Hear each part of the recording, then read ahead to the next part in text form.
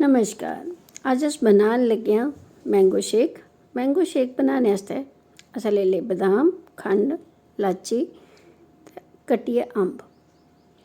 एह् जेह्ड़ा mango shake है इसी थोड़ा असें बक्खरे तरीके दा बनाना। इ'नें सारी चीज़ें गी पैह्लें खंड, इलाची ते बदाम गी असें ग्राइंड करी लैना, कुट्टी लैना।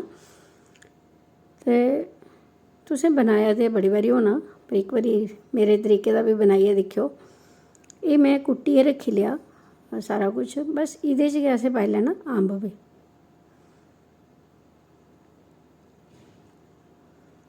एह् दिक्खो है ना, एह् थोह्ड़ा हारा असें पैह्लें बाह्र कड्ढियै रक्खी लैना। बस हून असें पाई लैना अम्ब।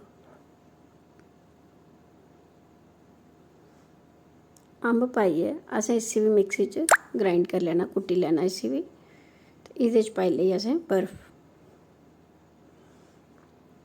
तुस चाहो तो क्यूब बी पाई सकदे हो, पर मैं इत्थै इ'यां गै करी लेआ। इत्थै लेई लेआ असें दुद्ध जेह्ड़ा ठंडा हा, बोआले दा दुद्ध ऐ ठंडा कीते दा। बस एह्दे च असें पाई लेआ अपना अम्ब आह्ला जेह्ड़ा मटीरियल असें ग्राइंड कीते दा हा, ओह् सारा असें एह्दे बिच्च पाई लेआ। हून असें मिक्सी चलाई लैनी। एह् उ'ऐ मटीरियल ऐ जेह्ड़ा असें ग्राइंड कीते दा हा। ओह्दे च में मलाई जेह्ड़ी दुद्ध दे उप्पर ही ओह् बी पाई लेई। ते बस एह् बी असें बिच्च पाई लेआ। हून असें इसी मिक्सी चलाई लैनी। इसी बक्खरा बक्खरा करने दा मतलब एह् होंदा कि एह्दे च कोई लम्प निं रेही जाए, कोई गांठ निं रेही जाए। एह् दिक्खो साढ़ा मैंगो शेक त्यार है। गर्मियें दे दिनें ठंडा ठंडा अम्बें दा शेक दुद्ध च पाइयै पीने दा आनंद ही किश होर ऐ।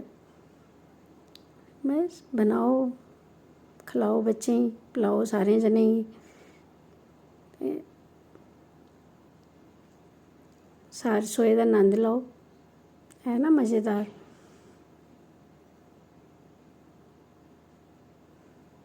एह् दिक्खो, होर इस इ'यां बनाने कन्नै जेह्ड़ी मैंगो शेक ऐ एह्दी घज्ज बड़ी आंदी ऐ। मतलब इन्ना घना बनदा ऐ ना कि जियां तुस नार्मल सारा चीज़ां कट्ठा पाइयै बनांदे होने, ओह्दे ते एह्दे च बड़ा फर्क ऐ। कोई बच्चें आस्तै गलास, कोई बड्डें आस्तै गलास, कोई बच्चें कोला थोह्ड़े बड्डे होंदियां बाटलां, इ'यां गै भरियै सारें आस्तै त्यारी करी लेई ते पलाओ। बनाइयै सनाएओ। जेह्ड़ा तुसें बदाम ते खंड, इलाची दा चूरा रक्खे दा हा उसी उप्पर एह्दे पर थोह्ड़ा थोह्ड़ा पाई लैओ, तां कि इलाची दा खशबू जेह्ड़ी ऐ, इलाची दा सोआद जेह्ड़ा ऐ ओह् तुहानूं बाद च बी आंदा रवै। है ना किन्ना मज़ेदार ऐ। होर बनाना बड़ा सौखा ऐ। हार्डली 5 मिनट लगदे इसी बनाने गी। अज्जकल अम्बें दी ब्हार ऐ, खूब बनाओ, सभनें गी खलाओ ते सारी रसोई दा नंद लैओ। है ना, जेह्ड़ियां कोल्ड ड्रिंक जां दूइयां चीज़ां न उं'दे कोला ते 100% 100 गुना ज़्यादा अच्छा ऐ अपने घरै दा बने दा साफ सुथरा मैंगो शेक।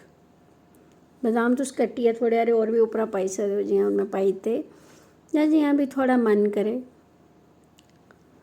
उम्मीद करङ तुसेंगी पसंद आया होगा अज्ज दा वीडियो। शेयर करेओ, बनाएओ, पलाएओ ते नंद लैओ। एह् दिक्खो में सभनें दा बक्खरा बक्खरा त्यार करियै टकाई ओड़ेआ। जिन्न जियां पीना उ'आं पींदा रवै। अगर तुस इ'यै इक गलास चुक्कियै फ्रीज़र च रक्खी ओड़दे हो, एह् आइसक्रीम बड़ी ज़बरदस्त बनदी ऐ। एह्दे च इक स्टिक लाई ओड़ो ते कुल्फी बड़ी ज़बरदस्त बनदी ऐ।